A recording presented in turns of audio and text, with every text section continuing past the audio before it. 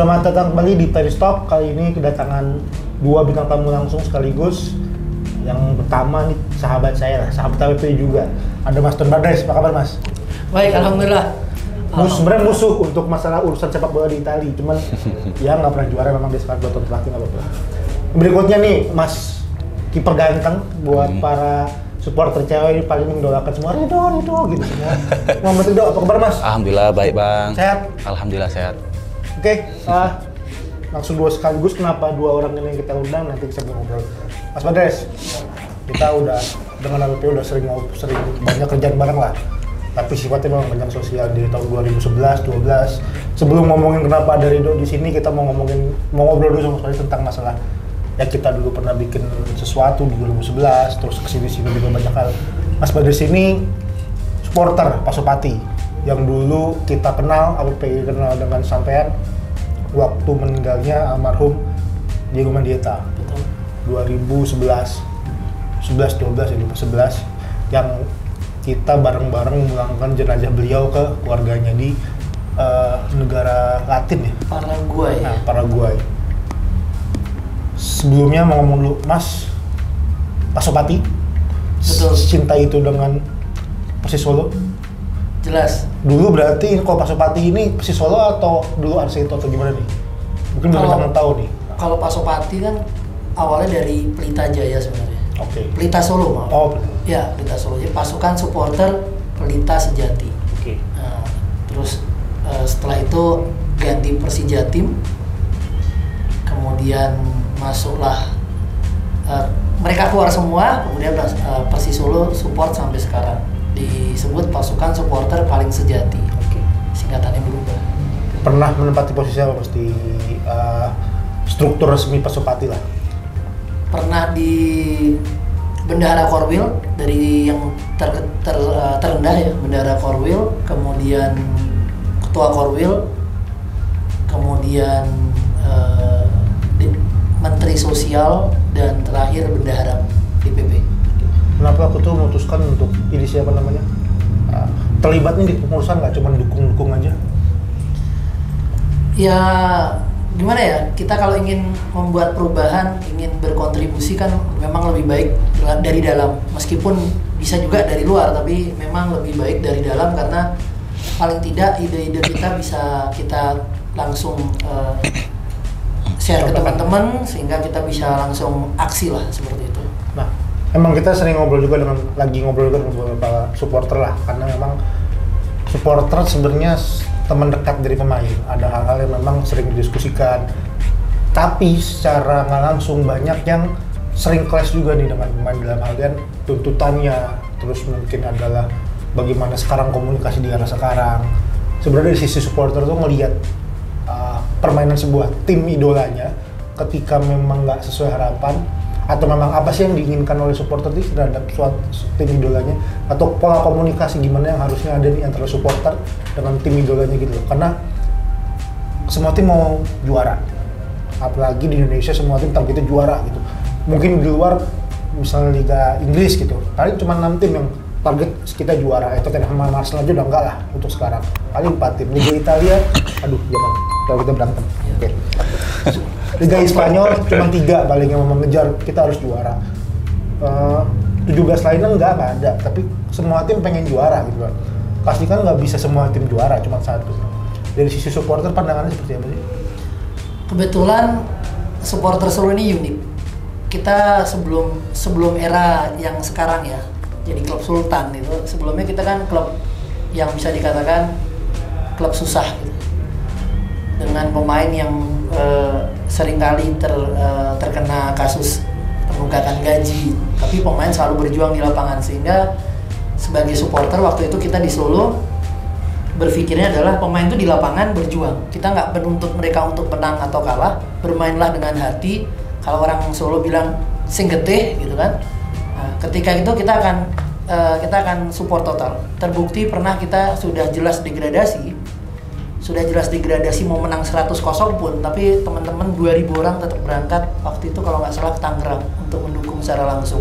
Kalau kita bicara cuman menang, tidak mungkin 2.000 orang berangkat mendukung ke Tangerang, sedangkan posisi sudah pasti degradasi seperti itu. Jadi ya buat kita hasil itu bonus ya. Yang penting di lapangan pemain berjuang, mereka bermain dengan hati, itu udah cukup. Yang saya terima seperti itu. Nah, pola komunikasi yang menurut Mas Badres perlu ada nih antara supporter dengan klub itu seperti apa? Sebenarnya kalau bagus sih sebulan 2 bulan sekali ya, jangan terlalu sering juga ya. Paling tidak ada diskusi, sehingga ada pendekatan dari klub terhadap supporter, karena bagaimanapun ya football is nothing without supporter kan. Jadi ya memang harusnya seperti itu, cuman kebijakan klub beda-beda. Minimal satu pemain lah sebulan sekali diajak silaturahmi dari manajemen, satu pemain atau 2 pemain. Jadi dalam 1 tahun itu bisa satu tim itu bisa pernah berkenalan dengan pemain, ya dengan supporter maksudnya. Nah, di undang-undang olahraga yang baru, dulu namanya undang-undang SKS, sekarang undang-undang olahraga yang baru, mengakomodir nih supporter untuk menjadi, kalau di luar mungkin kata-katanya seenggaknya menjadi pemegang saham kok, turut terlibat dalam pengambilan kebijakan. Persentase saham kita bisa ngomong teknis lah, tapi dibuka opsi itu untuk terlibat dalam setiap pengambilan keputusan, terutama memilih pelatih, memilih pemain. Itu kan suatu kebijakan teknis, misalnya bukan dalam ranah yang sifatnya corporate di bidang sepak bola. Sepakat nggak dengan itu? Maksudnya lebih simpelnya bahwa kebijakan transfer pemain adalah mungkin supporter lebih terlibat dalam setiap pengambilan keputusan di klub. Dilibatkan. Kurang setuju kalau dilibatkan di bidang teknis ya. Tapi alangkah baiknya, contoh diberikan pertanyaan ke supporter, pengen pemain siapa nih? Tapi tidak harus dijalankan. Ketika kita pengen A, B, C, ditampung, tapi tetap kembali ke keputusan adalah pelatih atau manajemen. Tapi paling tidak supporter dilibatkan untuk memajukan klub, tapi tidak harus diikuti. Kan saran tidak harus selalu kita ikuti kan, sesuai dengan kebutuhan tim aja. Tapi kalau organisasi supporter perlu dirapikan. Setiap klub nggak banyak klub yang punya basis supporter yang sudah dirapikan secara struktur organisasi kan, belum banyak. Kalau kayak gitu perlu untuk dirapikan nggak? Dilihat dari sisi supporter terhadap pendukung klub-klub itu?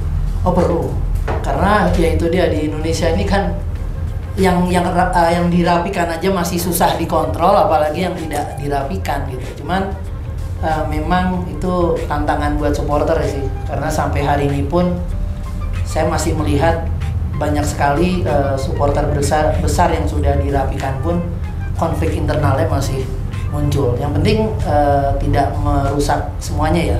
Ya anggaplah percikan dalam organisasi ataupun kelompok itu biasa. Dan sekarang sudah semakin dewasa sih supporter.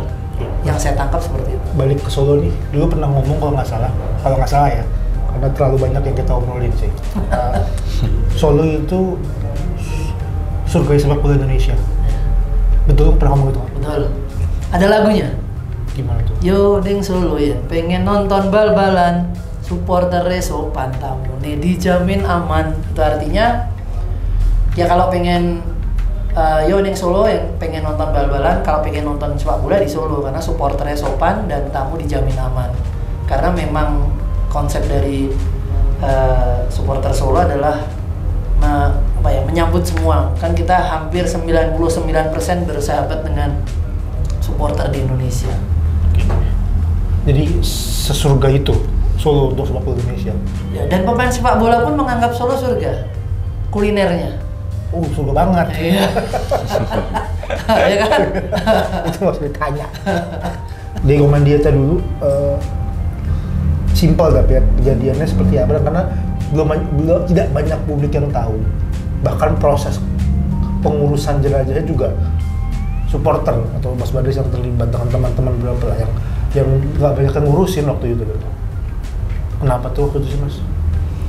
Kejadiannya emang waktu itu kita tiba-tiba mendengar pemain kita sakit dan ternyata udah berapa kali masuk rumah sakit tapi belum sembuh karena nggak ada uang, akhirnya ditarik dari rumah sakit. dan ketika semakin parah baru ada yang speak up sehingga kita dengar, kemudian kita sempat galang dana, ya kita bilang pokoknya kamu di sini sampai sembuh. Masalah keuangan nggak usah dipikirin, teman-teman yang pikirkan gitu. Kita galang dana, akhirnya terkumpul H-1 kalau nggak salah sebelum almarhum nggak ada itu kita berikan. Kita masih mau bergerak lagi, kita kasih itu. Saya masih ingat kalimat terakhir ya sebelum saya pulang. Dia bilang, Pasopati kelas, friend, Pasopati kelas. Saya cuman pingin kembali ke negara saya pingin mati di negara saya. Kamu harus sehat, friend. Kamu harus sehat, saya bilang. Oke, dan itu sudah pucat sekali ya, sudah benar-benar di rumah sakit berarti? Ya, di rumah sakit. Terus kita kembali, saya sama teman-teman berjuang untuk mencarikan dana lagi. Besoknya dengar kabar nggak ada. Akhirnya potensi kita berubah gitu, dari mencari dana untuk pengobatan, kita mencari dana lagi untuk ada beberapa yang belum terbayarkan, jadi kos-kosannya belum bayar, kemudian pulsa ya juga masih hutang di warung sebelah kos, makan juga hutang, jadi benar-benar sudah benar-benar payah. Itu totalnya sekitar 6 juta, 7 juta untuk yang harus ditanggung. Kita nggak mau almarhum mempunyai beban ketika urusan di dunia tidak selesai. Kita tanggung jawab, akhirnya kita kumpulkan uang. Waktu itu terkumpul 27 juta. Untuk mencari uang biaya kepulangan jenazah itu butuh 100 juta waktu itu. Tapi karena kita belum sampai taraf itu, waktu itu Persis Solo memberikan sumbangan 50 juta, ditambah kita 27 juta. Ternyata biaya masih kurang, kedutaan besar bertindak, karena udah terlalu lama kan jenazahnya 1 minggu waktu itu. Akhirnya kedutaan besar, sudah kita yang handle. Akhirnya uang 50 juta dari Persis Solo dan 27 juta dari teman-teman yang kita galang. Yang 6 juta kita bayarkan utang, masih sisa 50 Persis dan kita 21 kita kirim ke istrinya. Oh, ada istri dia? Iya, ada anaknya 3. Ya, paling tidak, biarpun tidak seberapa, itu bukti kita sebagai supporter, kita memberikan sesuatu lah, bentuk perhatian. Dan ini pertama kali satu-satunya kan, keadaan seperti itu yang dialami? Yang kita tahu ya seperti itu. Benar. Membekas batu itu berarti? Luar biasa. Kebetulan kenang-kenangannya ada di rumah, yaitu jersey terakhirnya Diego Mendieta. Kebetulan waktu itu dilelang dan alhamdulillah saya pemenangnya. Jadi karena emang saya pikir ini kenang-kenangan buat saya. Terus ketika sudah meninggal, sahabat-sahabatnya memberikan saya sepatu terakhirnya Diego. Dia bilang, ini Mas Badres kayaknya yang layak untuk menyimpan. Saya bilang, wah, sebuah kehormatan, saya simpan bersama dengan jersey-nya. Dan ada sampai hari ini di rumah.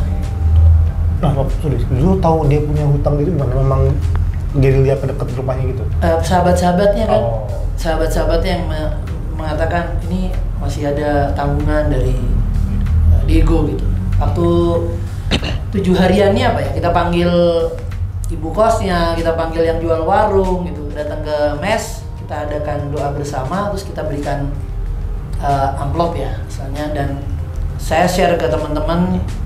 Meskipun waktu saya cari dana itu pakai rekening saya pribadi, tapi selalu saya laporkan, dan sisa 21 juta itu saya kirim via Bank Mandiri waktu itu ke istrinya, dan strukturnya saya foto, saya upload waktu itu via Twitter. Yes, ini keadaan yang kita nggak pengen ulang lagi sih. Ya, jangan sampai, karena memalukan sekali. Dan masa itu juga lagi masih sepak bola lagi parah-parahnya kan? Iya, masih berantakan. Jadi ini maksudnya intinya adalah kalau memang ada sesuatu yang nggak habis tingkat elit, yang kena tuh justru di tingkat bawah, yang sebenarnya kena imbas kan, yang kompetisinya nggak jelas, bahkan jadi klub yang bingung ikut mana. Jangankan mengharapkan nilai kontrak, subsidi segala macam yang cukup kuat, untuk sembuh dari sakit aja berat. Nah ini yang kenapa menghindari keadaan chaos seperti itu ya, karena tujuannya adalah hal-hal yang sifatnya menyedihkan nggak keulang. yang ngeliatnya kan hebohnya di atas aja di TV-nya, tapi hal-hal yang begini nih jangan sampai keulangan. Kita pasti ada cerita lain lah di kota lain, bagaimana waktu 2015 kita ada pembukuan, bagaimana COVID ini juga banyak pemain yang nggak usah ngomongin pemain Liga 3, Liga 2, Liga 1 juga banyak pemain kolaps karena memang tiba-tiba begitu terbolak-balik keadaan masalah apalagi finansial. Ini yang menjadi perhatian bagi seluruh stakeholder, terutama pemegang kepentingan ya, agar bukan cuma di sana kok yang jadi masalah, justru yang paling bawahnya ini yang taruhannya bukan cuma masalah posisi, tapi masalah nyawa gitu. Oke.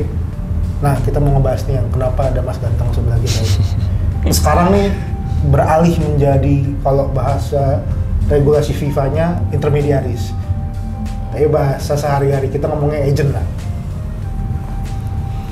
Saya nggak akan ngomong kenapa akhirnya jadi agent, karena memang dunia sepak bola kan, situ suka bola.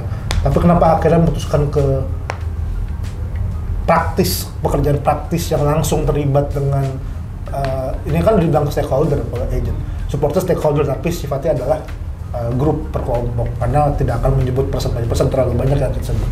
Tapi agent hitungannya nggak lebih dari 20 juga udah banyak, nggak banyak itu lah di Indonesia. Kenapa kalian terlibat secara lebih praktis, involve, bahkan sudah langsung berhubungan dengan klub-klub, nanti ketika sudah berhubungan dengan federasi, dengan operator, berhubungan dengan regulasi yang sepak bola punya. Kalau supporter kan hanya ngikutin apa aturan panpel, apa aturan pertandingan aja gitu. Kenapa Mas memutuskan untuk lebih terlibat banyak, saya bilang lah. Awalnya itu sebenarnya pengen apa ya? Puasa. Nggak, biar nggak serius. Awal itu pengen lebih bermanfaat sih sebenarnya, karena waktu itu kan kebetulan saya melihat Liga 2 ya, terutama ya, awal saya berkecimpung di agen ini kan di Liga 2. Saya lihat Liga 2 tuh pemain-pemain sangat minim. Ini tahun berapa kalau di? Baru 3 tahun. Sebelum pandemi tapi? Iya, sebelum pandemi. Jadi posisinya itu banyak pemain yang nggak punya link. Sedangkan alhamdulillah waktu itu saya bersahabat dengan, dari zaman dulu tuh, zaman Arseto itu kan banyak pelaku sepak bola yang sekarang adalah menjadi pelatih. Sehingga saya punya link untuk bertemu atau kenal dengan beliau-beliau kan. Sehingga saya bisa memberikan masukan. Awal pertama itu 9 pemain.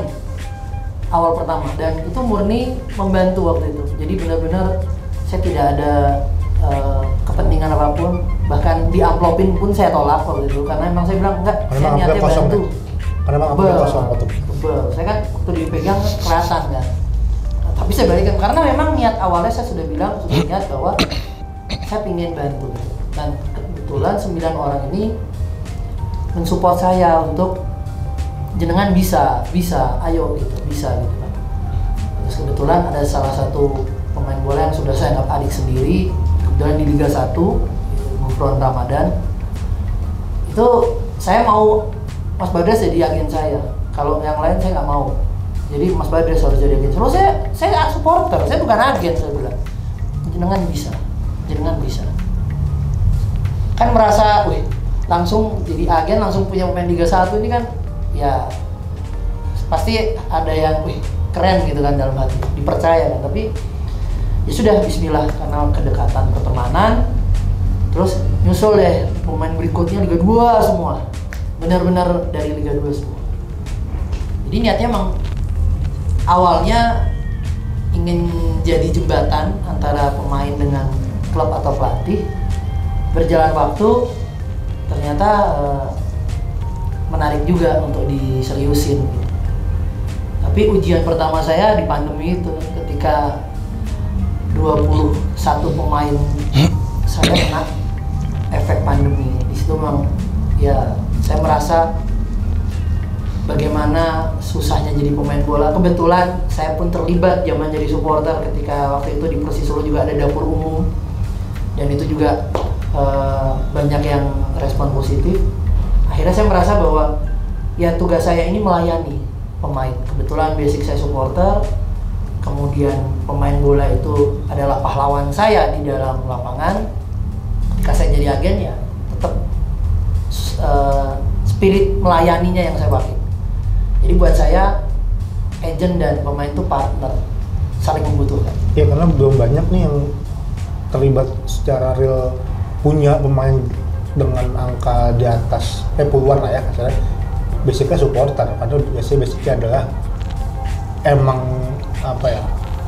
Ya memang dia bisa bisnis saja atau memang dia pengen yang suka bisnis atau memang dia akhirnya senang bola tapi bukan ya semua fans lah saya cuman berangkat dari memang bawah supporter gitu memang mendukung di kalau di stadion tuh kalau saya nggak pernah nonton belakang gawang, nontonnya ya depan bawah VIP lah karena bukan pasti keliling, bukan pasti belakang gawang teriak-teriak. Nah, saya makanya di situ kan posisinya kan yang kasarnya namanya di belakang gawang mimbar namanya itu apa? Stage ya, di stager itu kan ya gitu-gitu lah. Kita di bawah stager biasanya Yang biasanya dukung pemain, bahkan kalau permainan kayak nggak ngeliat ke lapangan kan, ngeliatnya ke teman-teman di situ. Iya sambil ngawasin. Ngeliatnya gitu, tiba-tiba gol yang mana gitu. Iya, nggak ada replay kan. Oke. 2000 berarti 2019 21 pemain, sekarang pemainnya berapa? Sekarang alhamdulillah 28 angkanya 20 tadi lah. Tapi liga itu combine ya, Liga 1, Liga 2. Liga 1-nya sudah alhamdulillah 7 orang. Berarti 21 Liga 2. Caranya sekarang banyak lagi, caranya mau jadi agent gitu ya. Berarti ketika memang punya teman pemain, punya teman pelatih, disambungkan akhirnya menjadi suatu jalan yang terlihat skemanya, terlibat lebih jauh. Sekarang komunikasi udah bukan dengan pelatih dong pasti, dengan manajemen lah, levelnya CEO, manajer pasti kan, atau media officer atau direktur teknis segala macam kan. Cara menjaga hubungan dengan mereka seperti apa sih, orang nggak tahu tuh. Bagaimana membuat relasi itu, ini pasti sesuatu yang udah dipupuk dari lama, nggak ujuk-ujuk datang saya agen A, B, nggak mungkin dong. Kebetulan Mas, sebelum saya jadi agen kan memang saya di Solo kan sering terjadi sepak bola yang dilakukan di Solo, dan saya sudah melakukan hal itu sebelum jadi agen. Jadi ya siapa yang datang saya ajak makan, kebetulan kuliner di Solo kan Terlihat dari luar biasa dan kotanya. terlihat dari kotanya apa badannya. Ya memang karena kuliner Solo banyak dan enak, setiap ada agenda sepak bola nasional di Solo itu saya ajak pelatihnya, kebetulan pelatihnya ngajak media officernya, pelatihnya ngajak kadang manajernya, akhirnya kenal. Jadi ketok tular ya. Semuanya mungkin saya kenal cuman kipernya ngajak temennya 2, akhirnya jadi kenal 2. One day datang ke Solo lagi yang 2 ini ngajak temannya 3, akhirnya jadi kenal. Dan saya kenal pertama Rido aja ya, saya jadi supporter waktu itu saya berangkat ke Samarinda, kenal pertama sama Rido itu, nyapa pertama itu waktu dia keluar dari ruang ganti, kita salaman, saya lihat ini orang humble sekali, responnya luar biasa. Di situ akhirnya mulai bersahabat. Jadi awalnya memang tidak ada niat itu, dan boleh percaya boleh enggak, dari 2017 dari 2017 kita berkenalan, gabungnya baru 8 bulan yang lalu kan Rido, karena emang saya pun tidak memaksakan terus berteman jadi pemain, saya tidak. Jadi pemain saya atau tidak itu mutlak pilihan teman-teman pemain. Tapi ketika saya diberi kepercayaan, ya saya fight itu aja. Nggak, pola hubungan gimana sih yang dilakukan oleh DBM itu terhadap pemainnya? Pola hubungan komunikasi maksud saya. Kekeluargaan ya. Kunci saya itu kekeluargaan, profesional nomor 2. Kekeluargaan secara lebih detail, malah kadang kekeluargaan polanya, terus polanya adalah profesional, polanya adalah apa gitu, secara realnya untuk. Saya nganggap mereka adik saya. Kalau ada yang lebih tua, nggak mungkin. Nggak ada, udah pensiun pasti kalau. Nggak ada kan. Saya anggap mereka adik saya, jadi bahkan saya selalu ngomong, sorry ya kalau saya cerewet terhadap kehidupan kamu di luar sepak bola, karena saya udah nganggap kamu adik. Di dalam urusan keuangan, urusan pernikahan kalau yang sudah menikah, ataupun punya pacar, bahkan mereka bikin status di sosmed aja, begitu ada yang itu saya kontrol gitu, karena buat saya anggap sebagai adik itu ya, kakak tuh gimana sih sama adik, melindunginya nggak cuman hal-hal sepele kan. Jadi all in gitu. Makanya saya selalu ngomong, maaf ya kalau saya terlalu cerewet. Niat saya baik. Kalau saya nggak nyaman digituin, oh ya udah nggak apa-apa, saya akan jaga jarak. Tapi malah rata-rata memang pengennya diperhatikan. Karena mereka ternyata pemain sepak bola Indonesia ini butuh teman sharing. Dan itu kebetulan saya pendengar yang baik. Jadi sering sekali telepon 1 jam, 1,5 jam itu berkeluh kesah, apalagi waktu pandemi kemarin. Wah, luar biasa itu. Itu benar-benar saya merasakan tahu bagaimana pemain sepak bola ini seperti apa ya. Satu hal yang sangat harus kita benahi adalah manage keuangan. Karena sepak bola ini kan profesi yang ada batas usia. Jadi ketika dia dapat kontrak besar, lupa, kita nggak tahu musim depan bagaimana. Nah itu yang sekarang jadi fokus utama saya. Ketika pemain saya dapat kontrak besar, pasti saya push. Makanya saya bilang tadi, keuangan pun saya ikut campur. Harus begini gitu. Karena tanggung jawab saya juga gitu. Ketika dia pensiun, saya kan senang lihat pemain saya punya sesuatu atau usaha lain. Itu kan sebuah kebanggaan sih. Ya, itulah konsep yang saya bangun. Familia itu. Kebanggaan. Oke, saya mau ke Mas Ridho. Sebelumnya pernah ada agent atau ini pertama kali? Ya sebelumnya sih ada agent. Maksudnya agent yang memang bukan hanya sekedar ganti-ganti atau mungkin mau klub ini bantuin dong, tapi memang ada yang memang dengan satu orang dengan ada hubungan lah. Gak ada sih sebenarnya, memang jadi ada cerita di waktu itu ada pelatih yang telepon kan. Sebelumnya memang agent tuh telepon, mau nggak di sini? Oke nanti dulu, karena saya kan masih ada kontrak. Terus pelatih itu telepon juga, sama juga klubnya sama, mau nggak? Aduh, saya kan tipenya orangnya nggak enakan. Jadi saya bicara sama pelatih, kok sama? Oh sama gimana? Soalnya ini ada agent telepon saya, sama juga di tim ini. Sudah gini, kamu ikut saya atau ikut agent? Kalau sama aku ya nggak ada kurang-kurangin gitu kan. Udahlah, karena yang telepon pertama agent ya sudah saya ikut agent gitu. Dan itu pertama kali saya ikut agent.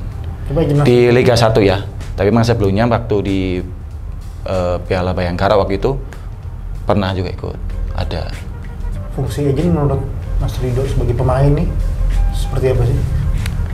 Yang sepengetahuannya aja loh. Kalau secara aturan banyak lah pasti. Fungsi agent harus seperti apa?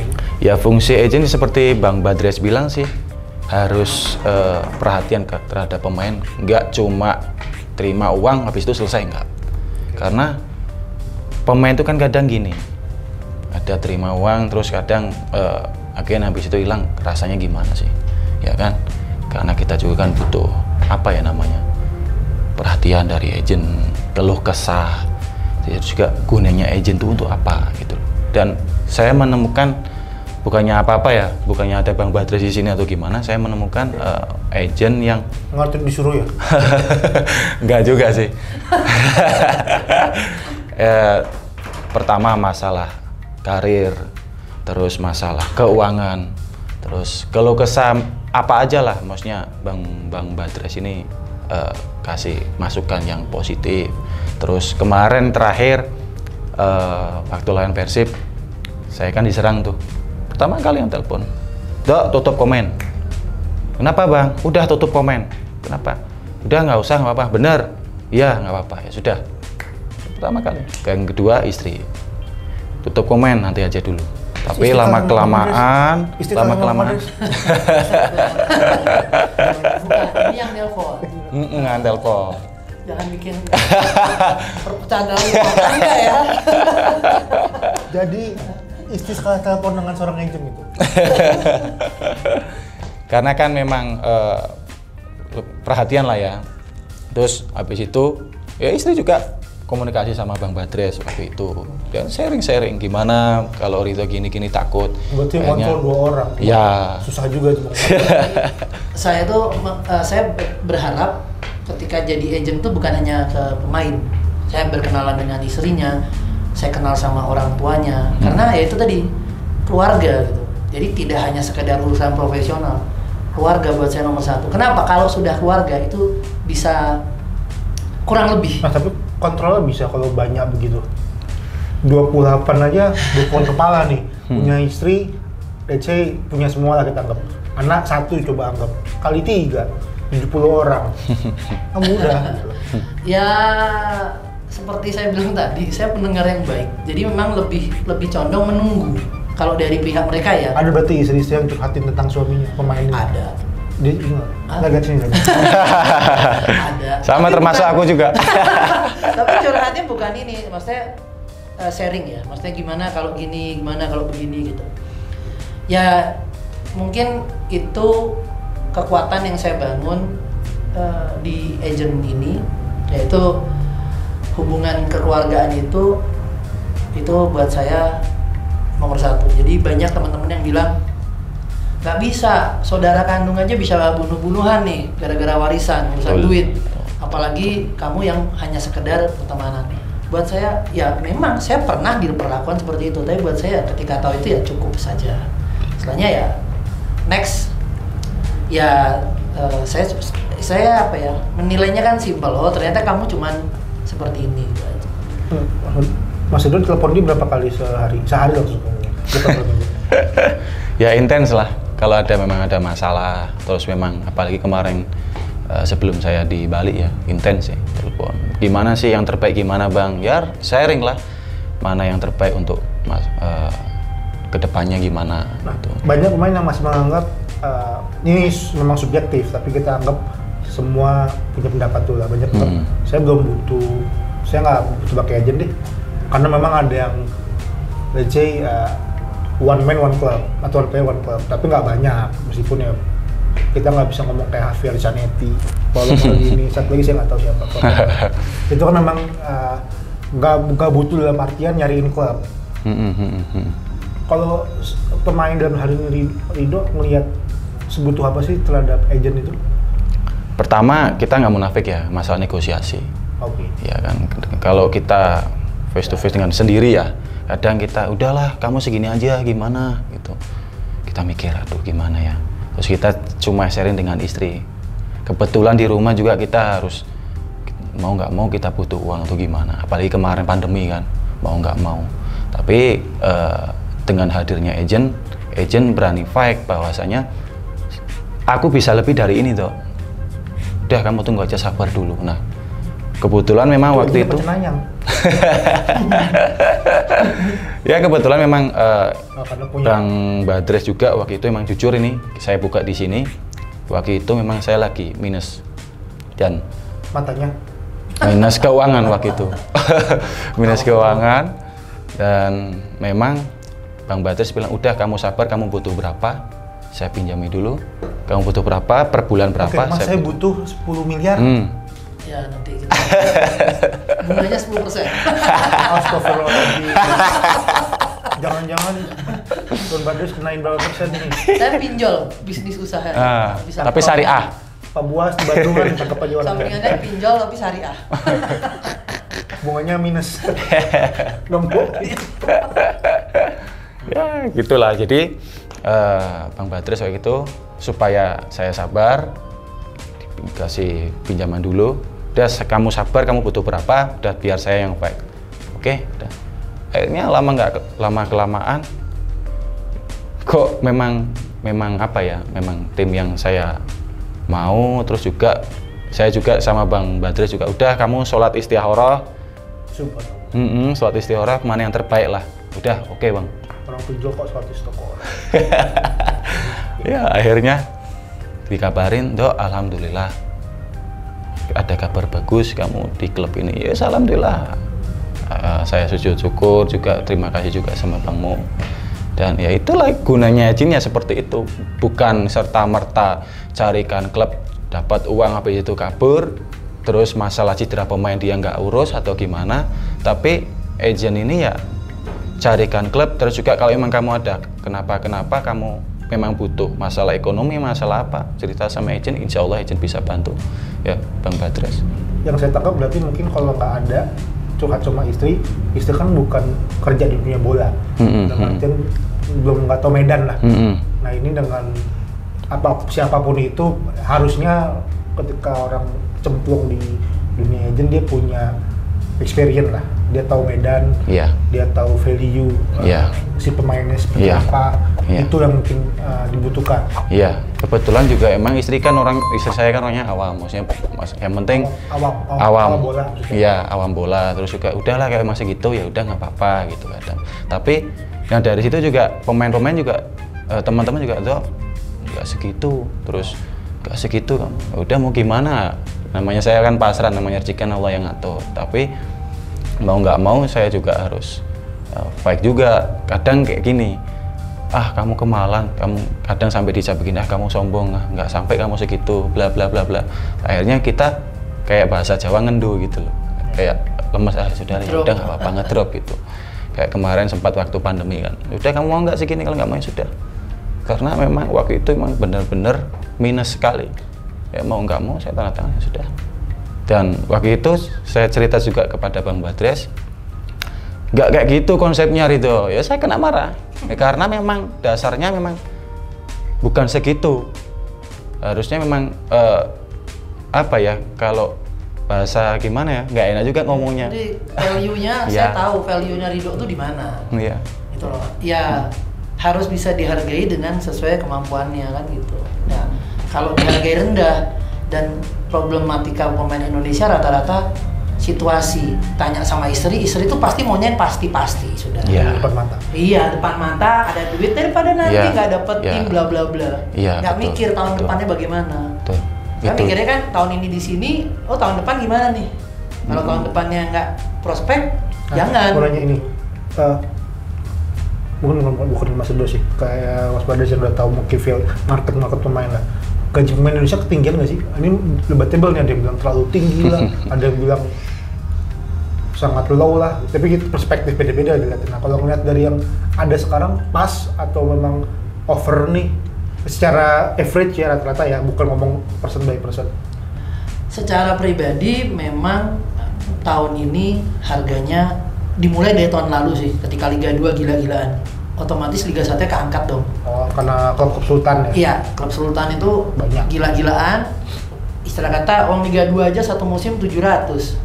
Masa Liga 1 nggak 1M kan gitu bahasanya. Mau nggak mau kedongkrak gitu kan. Cuman ini juga membuat, jujur ketika saya menawarkan pemain dengan value yang tinggi, saya selalu tekankan ke pemain, kamu tanggung jawab loh ya, kamu dihargai lebih, tanggung jawabmu lebih. Betul. Saya tekankan gitu juga sama pemain-pemain saya yang harganya harga bagus ya. Pernah melihat pengalaman saya misalnya tadi kan bilang kalau klub target pasti bagus, lancar segala macam. Tapi kan faktanya nggak begitu. Banyak juga yang target di awal kita pengen lolos Liga 1. Betul. Kita pengen juara Liga 1, kita pengen AFC di depan ya. Depan gebrakan awal ya. Datengin pemain top atau level timnas semua, pemain asing yang top yang harga kita tahu berapa semua. Tapi tengah sampai akhir chaos, gaji nggak dibayar atau bahkan secara publikasi juga internal timnya berantakan. Nah, pernah melihat itu atau mengalaminya deh? Saya kalau jual pemain ya, kalimatnya pakai jual, itu nggak asal laku. Pasti saya track record klub tersebut juga saya cek dari apa? Dari cerita teman-teman pemain musim-musim sebelumnya. Gimana di sana? Sehat? Karena itu tadi saya sering silaturahmi by phone meskipun bukan sama pemain saya. Saya komunikasi sama A, B, C di sana sehat, bla bla bla. Itu kan akhirnya membuat saya berpikir musim depan saya jual ke tim ini nih pemain-pemainnya. Makanya pemain saya rata-rata satu tim tuh nggak cuma satu pemain gitu. Jadi ada yang 3, ada yang 4, ada yang 5 satu klub. Bikin klub aja sekalian. Karena ketika ini saya yakin tim bagus dan tim sehat, saya pasti berjuang untuk masukin ke tim itu dulu. Meskipun ini kita bicara tim Liga 2 ya. Tim Liga 1 buat saya masuk 1 aja sudah alhamdulillah gitu. Bersyukur sekali. Perendah sekali Anda. Hah? Perendah sekali Anda. Ya benar, saya bersyukur sekali apalagi alhamdulillah saya bisa masuk di Bali United, Ridho. Kemudian ada Persib Bandung ada 2. Kemudian ada di Bayangkara 1. Itu klub-klub besar gitu. Buat saya ya termasuk 5 besar kan 3 klub itu di musim lalu itu buat saya sebuah prestasi. Karena saya sadar diri saya cuman agen yang masih kecil, masih belajar gitu. Apalagi basic saya dari Liga 2. Ya kalau Oh ya, Persebaya satu lagi, alhamdulillah ada. Kediri. Kediri. 5 besar musim lalu maksudnya. 5 besar musim lalu itu ada Persebaya satu, ada Bali, Bayangkara. Bali satu, Bayangkara satu, Persib 2. Di luar itu ada Persita satu sama Persik Kediri satu. Iya masih Liga 1 kita nggak ngomong pandemi agak ini lah. Di 2-3 tahun terakhir memang cukup oke lah untuk masalah gaji. Mas Rido dimulai di top league tahun berapa ya? Di klub Borneo ya? Iya. Itu tahun 2016. Udah cukup membaik lah. Mungkin soal masuk KPP 2014 dulu masih 2 wilayah, ada 24 tim. Ingat banget saya ini terakhir tuh game terakhir Persib lawan Persipura waktu itu main di Palembang di apa finalnya kan dulu masih Jakabaring. Seminggu kemudian saya ngupdate dari 24 tim yang lunas gaji cuma 8. Tapi sekarang terakhir di 2019 lah ya, 2020 kan nggak ada liganya. Itu cuma 1 dan itu pun dibayar sebelum kick-off rate gitu loh. Kick-off Liga 1 2020 kick-off rate sebelumnya udah lunas semua lah. Dan itu berjalan 2-3 tahun terakhir. Memang cukup oke lah. Alhamdulillah. Ya industri ya dilihat dari dulu mulai jadi Pasopati tahun berapa? Jadi Pasopati 2005. Melihat perkembangan sepak bola berkembang nggak Indonesia? Oh iya, Industrinya? jauh. Dan kesadaran supporter akan membeli merchandise original juga sudah sangat tinggi. Itu yang membangun juga sebuah industri sepak bola. Dia pernah ngalamin telat gaji kasus? Saya tahu sih, kenal saya. Kalau Liga 2 pernah? Sebelum Borneo di mana? Pernah. Ini mungkin dari awal karir profesional mulai di klub apa? Di Pekalongan. Saya di Pekalongan 2012 atau 2013 magang saya. Terus habis itu saya dipinjamkan di Purworejo di Liga 3 begitu. Terus setelah itu balik lagi ke Pekalongan. 2 atau 3 tahun. Setelah itu saya ke PS Polri. Ya, di PS Polri yang sekarang jadi Bayangkara. Dipinjamkan lagi ke PS Bangka. Di PS Bangka, terus PS Bangka ISEB selesai, Borneo baru. Borneo ke Madura. Balik. Berarti tim Liga 1 ketiga lah ya? Yes. Oke. Agak udah kita pindah. Sempet timnas kan? Berapa caps mas? Baru 3 kalau nggak salah, 3 atau 2 itu ya. Suatu perasaan aku tuh apa? Apalagi pas lagi main ya. Oke dipanggil itu juga pasti bangga lah. Pas main di belakang gawang, di bawah mistar, belakang gawang mah anak gawang. Di bawah mistar, timnas gitu loh. Dari Indonesia ada perasaan apa waktu itu? Pertama pastinya kita membawa Garuda ya. Pastinya pertama tanggung jawab yang besar.